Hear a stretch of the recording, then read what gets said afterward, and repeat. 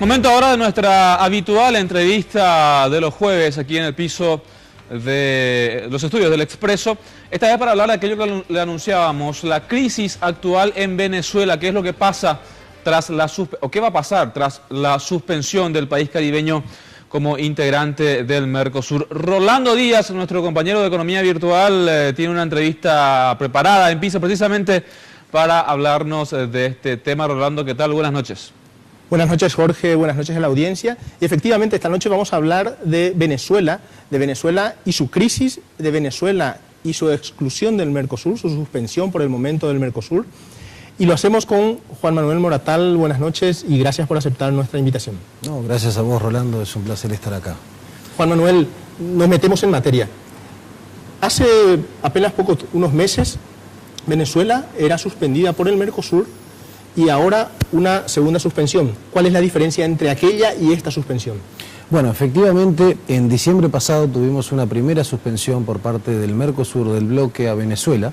Esa primera suspensión se dio, digamos, en un ambiente y en un contexto más técnico. ¿Cuál era el basamento, el fundamento de esa suspensión?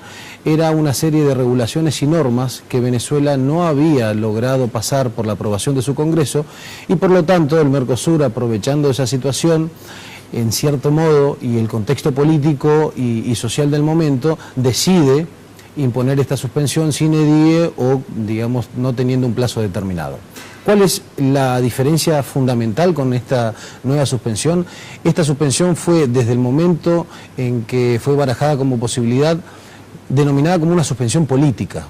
Está bien, debemos entender que la situación de Venezuela se ha ido agravando día a día y que 6 meses en ese estadio es muchísimo tiempo. Si podemos hacer alguna aclaración con relación a la primera suspensión, decías, si bien es verdad que era una suspensión técnica, de alguna forma era un recurso político también para enviar ya en aquel momento una señal a Venezuela de que las cosas iban por mal camino, ¿no? Y ahora, el sábado, por ser más concreto, sábado último, los cancilleres del Mercosur y el Mercosur en su conjunto toman la decisión de suspender aplicando la cláusula democrática, ¿no? La cláusula democrática que proviene del protocolo de Ushuaia, justamente. Por eso decimos que tiene una importancia mucho mayor en términos políticos, que está fundamentado en una norma que es el mismo protocolo, y que si bien en ese momento lo que quería enviar el Mercosur con su nuevo lineamiento de gobierno, con Macri, con Temer, y ya habiendo dejado de lado los gobiernos que daban apoyo al régimen venezolano, fue un mensaje, lógicamente, en ese momento. Hoy ya está, lógicamente, buscando o directamente buscando una situación de, digamos, acoplada a lo que es el contexto internacional. ¿Qué tenemos en el contexto internacional? Bueno, tenemos también la reunión de cancilleres llevada a cabo el lunes en Lima, donde los 17 países de América Latina y el Caribe han denominado directamente y sin dubitar a Venezuela como Estado no democrático. Para el Mercosur, Venezuela ya no es democrática. Para otros países, 17 países de América, incluidos por supuesto los del Mercosur, esto ampliado, ya no es democrática Venezuela y tiene unos pocos países que de alguna forma le están dando un cierto sustento político todavía a Venezuela. Y bueno, en cuanto a los países que todavía tienen un lineamiento similar, podemos denominar solamente a 3. Tenemos a Bolivia, a Nicaragua y a El Salvador, que son los únicos países que han dado un apoyo a este proceso que fue, digamos, el foco de todo este nuevo resurgimiento de violencia, que hoy ya lleva más de 125 muertos, y de estas nuevas medidas, tanto del gobierno de Estados Unidos como del concierto internacional, y en este caso específico del Mercosur. Recordemos que Estados Unidos ya tiene a 13 miembros del gobierno venezolano en su lista negra, incluyendo al propio presidente, que fue el último en ser incluido, y que tienen todos sus bienes y activos en Estados Unidos totalmente congelados, a raíz, evidentemente, de toda esta serie de medidas. Si volvemos un poquito al Mercosur, ¿cuáles pueden ser las implicancias directas e indirectas para el Mercosur en su conjunto como bloque y para Paraguay de esta suspensión? Bueno, primero debemos diferenciar en lo que serían posibles consecuencias por parte de, o sea, el Mercosur, Venezuela, cómo puede influir en el Mercosur, y por otro lado, cómo el Mercosur puede influir en Venezuela. En el primer caso debemos esperar evidentemente muy poca consecuencia, por no decir ninguna. Para esto también hacemos alusión a que el comercio entre Mercosur y Venezuela en los últimos meses ha bajado un 70%, o sea, se ha reducido a menos de la mitad. Si lo tomamos específicamente en cada uno de los países, debemos hacer alusión a que Brasil era el que más tenía comercio con Venezuela, Argentina en segundo lugar exportando principalmente porque el único importador era Brasil, y que Paraguay prácticamente tenía un comercio nulo, por lo tanto no podemos esperar ningún tipo de repercusión importante. Ahora bien, en el segundo caso, la medida del Mercosur, la falta de comercio, evidentemente produce en Venezuela que se agrave y se profundice esa crisis. Recordemos la falta de víveres, la falta de acceso a servicios básicos, inclusive a la alimentación. Esto proviene lógicamente de la serie de medidas que los países están tomando y que tienen repercusión en la vida cotidiana del venezolano. Del venezolano, ¿no?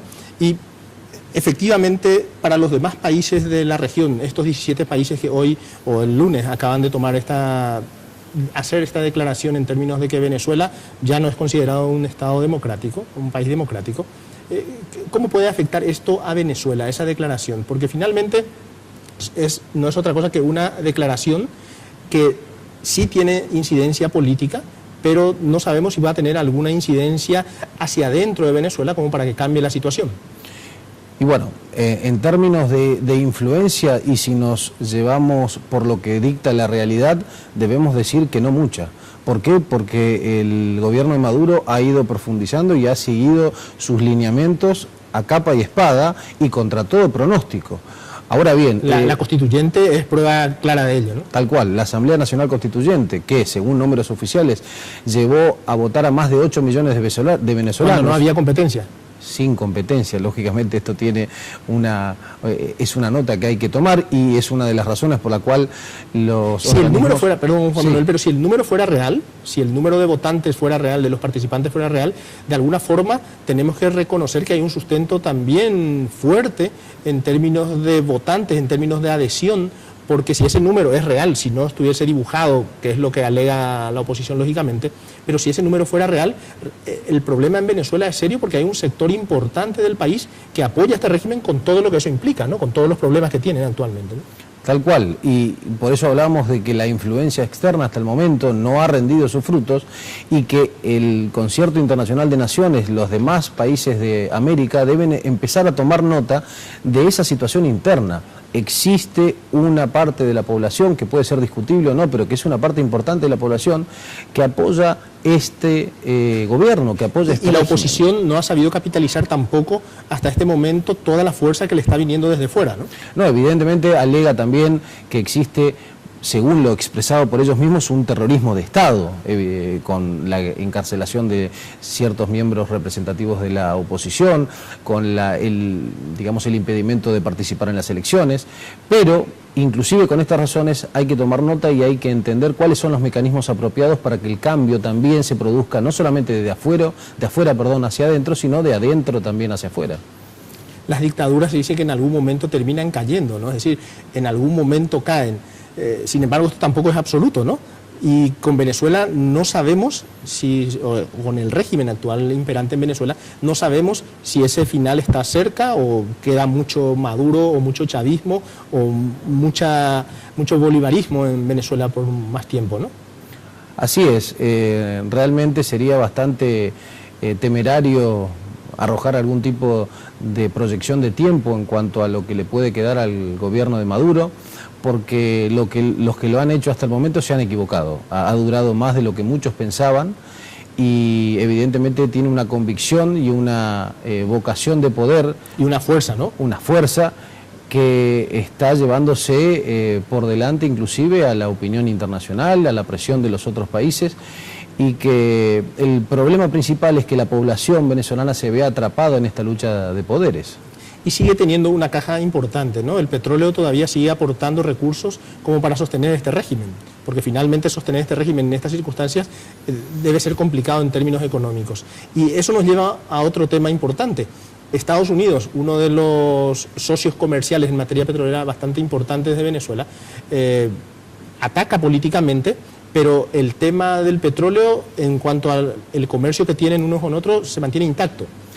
Y sí, así es. Eso es una nota que toma toda la opinión pública y los medios internacionales. ¿Cuál es la razón para que atrás de toda esa serie de medidas y de declaraciones iracundas del propio presidente, de varios políticos de Estados Unidos contra Venezuela, se sigue manteniendo ese acuerdo comercial que le da cierto sustento? Porque si bien el petróleo ha bajado en los últimos años a niveles extremadamente bajos, por otro lado, le da un sustento y una caja, como vos bien decís. Para que tengamos en cuenta la importancia que tiene el petróleo de Venezuela en Estados Unidos, estamos hablando más o menos de un 10% de la provisión, que en términos de cantidad de barriles es muchísimo. Para un país como Estados Unidos. Para un país como Estados Unidos, con su consumo y con su cantidad de habitantes.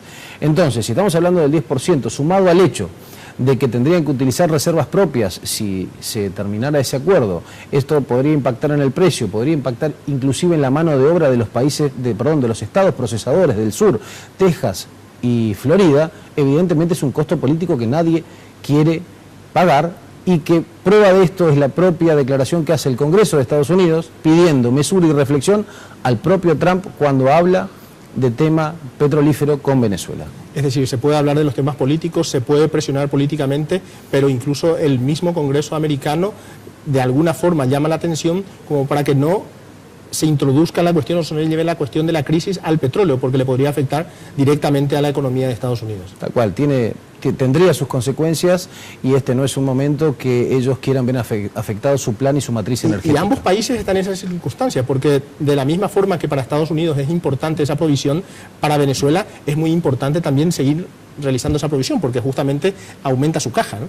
Sí, y volvemos a lo mismo, fuera de lo que es la primera, digamos, escena del concierto internacional y de las relaciones internacionales, evidentemente existen también relaciones subyacentes que son llevadas a cabo de manera privada y que la opinión pública no tiene acceso.